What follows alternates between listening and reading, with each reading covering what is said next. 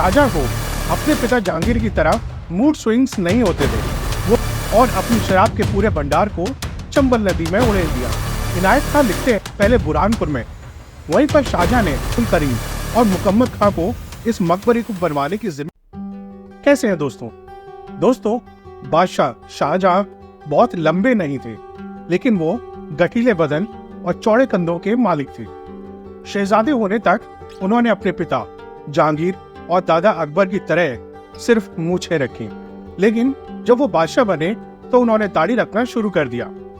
शाहजहां की पर्सनैलिटी का एक एक हिस्सा मुगल शान और वैभव को दर्शाने के लिए करीने से बनाया गया था। शाहजहां को अपने पिता जहांगीर की तरह मूड स्विंग्स नहीं होते थे। वो मृदुभाषी थे और विनम्र थे और हमेशा औपचारिक भाषा में बात करते थे। मुगलों पर एक किताब emperors of the peacock throne the saga of the great Mughals लिखने वाले अब्राहम इराली लिखते हैं, शाहजहां के लिए सेल्फ कंट्रोल सबसे बड़ा गुण था। इसकी झलक शराब के प्रति उनकी नजरिए से मिलती है। 24 साल की उम्र में पहली बार उन्होंने शराब का स्वाद चखा, वो भी तब जब उनके पिता ने उसे चखने के लिए उन्हें मजबूर किया। अगले 6 सालों तक उन्होंने कभी कभार ही शराब चखी। 1620 में जब वो दक्षिण के अभियान पर निकले तो उन्होंने पूरी तरह से शराब छोड़ दी और अपनी शराब के पूरे भंडार को चंबल नदी में उड़ेल दिया। शाहजहां एक परंपरावादी मुसलमान जरूर थे, लेकिन वो संत या वैरागी नहीं थे। शानो शौकत से उनका प्यार अपने पिता जहांगीर से कम नहीं था। इटालियन इतिहासकार निकोलाओ मुनिची लिखते हैं, राजपाट से अपना ध्यान बटाने के लिए शाहजहां संगीत और नृत्य का सहारा लिया करते थे। कई तरह के संगीत वाद्य, शेर व शायरी सुनना उनकी आदत में शुमार था। वो खुद भी अच्छा खासा गा लेते थे। उनके साथ गाने और नाचने वाली लड़कियों का एक समूह हमेशा चलता था, जिन्हें कंचन नाम से पुकारा जाता था। वैसे तो शाहजहां की अय्याशी के बहुत से किस्से मशहूर हैं, लेकिन जब तक उनकी पत्नी मुमताज महल जीवित रही, वो पूरी तरह से उनको समर्थित थे। यहाँ तक कि उनकी दूसरी पत्नियों तक की उनके निजी जीवन में बहुत कम जगह थी। शाहजहां के दरबारी इतिहासकार इनायत खान अपनी किताब शाहजहांनामा में लिखते हैं, दूसरी महिलाओं के प्रति शाहजहां की भावनाएं मुमताज महल के प्रति उनकी भावना का 1000वां हिस्सा भी नहीं थी। चाहे वो महल में हो या बाहर, वो उनके बगैर नहीं रह सकते थे। मुमताज न सिर्फ बला की सुंदर थी, जिनसे शाहजहां को बेपनाह प्यार था, बल्कि वो राजपाट में भी उन पर उसी तरह निर्भर रहा करते थे जैसे जहांगीर नूरजहां पर। शाहजहां के गद्दी संभालने के 4 सालों के अंदर ही मुमताज का निधन हो गया, वरना मुगल सिंहासन पर उनका प्रभाव कहीं अधिक दिखाई दिया। इनायत खान लिखते हैं, अंतिम क्षणों में जब मुमताज बहुत कमजोर हो गई थी, तो उन्होंने बादशाह से एक वादा करवाया कि वो किसी और महिला से संतान नहीं पैदा करेंगे। उन्होंने कहा कि उन्होंने सपने में एक ऐसा सुंदर महल और बाग देखा है जैसे इस दुनिया में कहीं नहीं है। मेरी आपसे गुजारिश है कि आप मेरी याद में वैसा ये मकबरा बनवाएं। मुमताज ने 17 जून 1631 को बुरहानपुर में अंतिम सांस ली। अपने 14वें बच्चे को जन्म देते समय उनकी प्रसव पीड़ा 30 घंटों तक चली और तमाम कोशिशों के बावजूद उन्हें बचाया नहीं जा सका। इससे पहले शाहजहां ने जरूरतमंदों को इस उम्मीद में पैसे बंटवाए कि शायद खुदा उनकी पत्नी को बचा ले, लेकिन तमाम डॉक्टरों और हकीमों की लाख कोशिशों के बावजूद उन्हें बचाया नहीं जा सका। आगे इनायत खान लिखते हैं, शाहजहां पर इस मौत का बहुत बुरा असर हुआ। वो इतने गमज़दा थे कि पूरे 1 हफ्ते तक ना वो अपने कक्ष से बाहर आए, ना ही उन्होंने राजपाट के किसी काम में हिस्सा लिया। उन्होंने संगीत सुनना, गाना और अच्छे अच्छे कपड़े पहनना सब कुछ छोड़ दिया। अगले 2 सालों तक और उसके बाद हर बुधवार को, जिस दिन मुमताज का निधन हुआ था, उन्होंने सिर्फ सफेद कपड़े ही पहने। लगातार रोने की वजह से उनकी आंखें कमजोर हो चुकी थीं। उन्हें चश्मा पहनने के लिए मजबूर होना पड़ा। इस घटना से पहले उनकी दाढ़ी और मूंछों में इक्का दुक्का ही सफेद बाल हुआ करते थे, जिन्हें वो अपने हाथों से तोड़कर फेंका करते थे। लेकिन कुछ दिनों के भीतर उनकी 1/3 दाढ़ी सफेद हो गई थी। एक समय पर उन्होंने राजगद्दी छोड़ने का भी मन बनाया, लेकिन फिर उन्होंने ये सोचकर ऐसा नहीं किया कि बादशाहत एक पवित्र जिम्मेदारी है जिसे निजी त्रासदी के कारण नहीं छोड़ा जा सकता। मुमताज महल को पहले बुरहानपुर में तापी नदी के किनारे एक बाग में दफनाया गया। 6 महीने बाद उनके पार्थिव शरीर को वहां से निकालकर 15 वर्षीय शहजादे शाह सुजा की देखरेख में आगरा लाया गया, जहां 8 जनवरी 1632 को उन्हें यमुना के किनारे दोबारा दफनाया गया। लेकिन उनकी यह दूसरी कब्र भी उनका अंतिम विश्राम स्थल नहीं थी। वहीं पर शाहजहां ने उनका एक मकबरा बनवाया, जिसे उन्होंने रोज़ा मुनव्वर का नाम दिया, जिसे बाद में ताजमहल कहा जाने लगा। मीर अब्दुल करीम और मुकम्मद खां को इस मकबरे को बनवाने की जिम्मेदारी सौंपी गई। मुकम्मद खां जहांगीर के शासनकाल में दक्षिणी ईरान के शीरा शहर से भारत आए थे। शाहजहां ने उन्हें अपना निर्माण मंत्री भी बनाया। साल 1641 में उन्हें दिल्ली का गवर्नर भी बनाया गया। उनको ही नए शहर शाहजहानाबाद में लाल किले को बनाने की जिम्मेदारी सौंपी गई।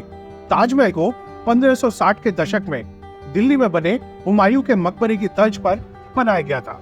उसकी चारों मीनारें 139 फीट ऊंची थी और सबके ऊपर एक छतरी लगी हुई थी। ताजमहल के निर्माण का काम जनवरी 1632 में शुरू हुआ था। तब तक शाहजहां दक्षिण में ही थे।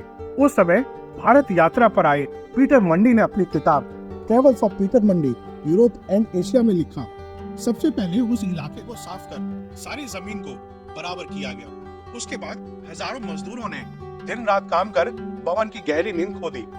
इस बात का खासा ध्यान रखा गया कि नजदीक में बहने वाली यमुना का पानी उसमें रिस्क न आ जाए और जून और सितंबर के बीच यमुना नदी में आने वाली बाढ़ का पानी ताजमहल को नुकसान न पहुंचा सके।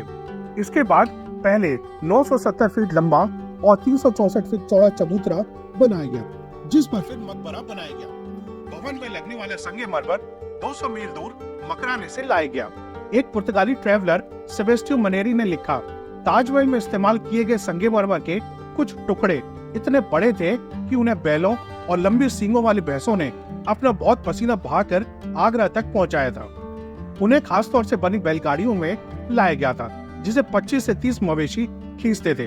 ताजमहल पर Taj Mahal passion and genius at the heart of the Mughal empire लिखने वाले डायना और माइकल प्रेस्टन लिखते हैं, ताजमहल को बनाने के लिए बांस और लकड़ी की बल्लियों और ईंटों का मचान बनाया गया। जब काम पूरा हो गया तो शाहजहां को बताया गया कि ईंटों के मचान को गिराने में 5 साल का समय लग जाएगा। इस पर शाहजहां ने आदेश दिया कि गिराई गई सभी ईंटें उन मजदूरों की हो जाएंगी। नतीजा ये हुआ कि रातों रात वह मचान गिरा दिया गया। यह एक मिथक है कि ताजमहल को पूरी तरह बन जाने से पहले बाहरी नजरों से बचाने के लिए उस मचान को बनाया गया था। इस कहानी में भी कोई दम नहीं है कि एक बार जब एक व्यक्ति ने दीवार के बाहर से ताजमहल को बनते देख लिया था तो उसकी आंखें निकाल दी गई थीं। ताजमहल का हर गाइड अभी भी वो किस्सा बताते नहीं थकता कि किस तरह शाहजहां ने ताजमहल बनाने वाले हर मजदूर के हाथ कटवा दिए थे, लेकिन वो दुनिया के इस 8वें आश्चर्य को दोबारा नहीं बना सके। लेकिन इस घटना के भी कोई साक्ष्य नहीं मिलते और न ही किसी इतिहासकार ने इस बात का जिक्र किया है। इनायत खां को ताजमहल पर कुरान की आयतों की नक्काशी करने की जिम्मेदारी दी गई थी। वो अकेले इंसान थे जिन्हें शाहजहां ने ताजमहल पर अपना नाम लिखने की इजाजत दी थी।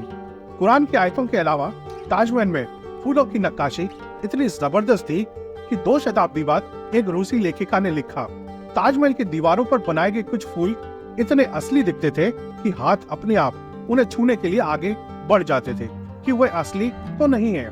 ताजमहल की इमारत में 40 अलग अलग रत्नों को जड़ा गया, जिन्हें शाहजहां ने एशिया के अलग अलग हिस्सों से मंगवाया था।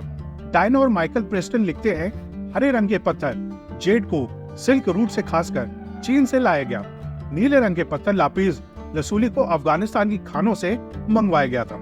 फिरोजा आज के तिब्बत से लाए गए, जबकि मूंगों को अरब और लाल सागर से मंगवाया गया था। पीले अंबर को ऊपरी बर्मा और मणिक को श्रीलंका से मंगवाया गया था। शाहजहां के समय के इतिहासकार अब्दुल हमीद लाहौरी ने अपनी किताब बादशाहनामा में ताजमहल के बनने की कीमत 50 लाख रुपए आंकी है, लेकिन दूसरे इतिहासकारों का मानना है कि यह कीमत सिर्फ मजदूरों को दिए जाने वाले वेतन की है और इसमें भवन में लगने वाले सामान की कीमत को शामिल नहीं किया गया। बाद में मिले दस्तावेजों के आधार पर कुछ इतिहासकारों ने ताजमहल के बनने की कीमत को 4 करोड़ रुपया आंका है। भवन के निर्माण का सारा पैसा सरकारी खजाने और आगरा प्रांत के खजाने से दिया गया। आने वाले समय में ताजमहल के रख रखाव के लिए शाहजहां ने आदेश दिया था कि आगरे के आसपास के 30 गांवों से मिलने वाले मालगुजारी का इस्तेमाल इस काम के लिए लिया जाए। जब 1659 में शाहजहां के बेटे औरंगजेब ने अपने पिता को गद्दी से उतारकर उन्हें कैद कर लिया, तब वो कुछ दिनों बाद बीमार पड़ गए। जब उन्हें ये लगने लगा कि अब उनके पास बहुत अधिक समय नहीं बचा है, तो उन्होंने इच्छा प्रकट की कि उन्हें उस छज्जे पर रखा जाए जहां से वह हर समय अपने बनवाए गए ताजमहल को देख सके। उसी छज्जे पर कश्मीरी शॉल में लिपटे हुए शाहजहां ने 30 जनवरी 1666 को इस दुनिया को अलविदा कह दिया। उस समय उनकी बेटी जहांआरा उनके साथ थी। उनके पार्थिव शरीर को संदल की लकड़ी से बने ताबूत में लिटाया गया। उनकी बेटी चाहती थी कि राजकीय ढंग से उनका अंतिम संस्कार किया जाए, लेकिन औरंगजेब ने उनकी इस इच्छा का सम्मान नहीं किया। उन्हें चुपचाप कुरान की आयतों के उच्चार के बीच ताजमहल में उनकी पत्नी मुमताज महल की बगल में दफन कर दिया गया। मुगलों के पतन के बाद साल 1803 में अंग्रेज जनरल लेक का आगरा पर कब्जा हो गया। इसके साथ ही ताजमहल की दीवारों में जड़े मूल्यवान रत्न, कालीनें और वॉल हैंगिंग गायब हो गईं। अंग्रेजों ने ताजमहल के अंदर स्थित मस्जिद को किराए पर उठा दिया। उसके चारों तरफ हनीमून कॉटेज बना दिए। मकबरे के चबूतरे पर सैनिक बैंड बजाए जाने लगा और ताजमहल के बगीचे में पिकनिक पार्टियां होने लगी। इस दौरान यह अफवाह भी उड़ी कि 1830 के दौरान British governor general William benign ने ताजमहल को गिराकर उसका संगमरमर नीलाम करने के बारे में भी सोचा। 1857 के विद्रोह के दौरान ब्रिटिश सैनिकों ने कुछ मुगल इमारतों को नुकसान पहुंचाया। उनमें से एक था मुमताज महल के पिता आसिफ खान का महल, लेकिन ताजमहल किसी तरह सुरक्षित बचा रहा। 20वीं सदी की शुरुआत में ब्रिटिश वायसराय लॉर्ड कर्जन ने ताजमहल की मरम्मत में गहरी रुचि दिखाई। साल 1965 में भारत पाकिस्तान युद्ध के दौरान नजदीक के हवाई ठिकाने पर पाकिस्तानी हवाई हमले की आशंका को देखते हुए भारत सरकार ने ताजमहल को ढकने के लिए काले रंग का विशालकाय कपड़ा सिलवाया, ताकि उसे चांदनी रात में ऊपर से नहीं देखा जा सके। ये कपड़ा साल 1995 तक तो सुरक्षित रहा, लेकिन जब उसे चूहों ने जगह जगह से काट खाया तो उसे नष्ट कर दिया गया। आज के लिए इतना ही दोस्तों। आपको वीडियो अच्छी लगी हो तो लाइक जरूर करें। ऐसी और इंफॉर्मेटिव वीडियोस के लिए चैनल के दूसरे वीडियोस भी देखें और जाते जाते चैनल को सब्सक्राइब और बेल आइकन को दबाना ना भूलें। Tata, bye bye.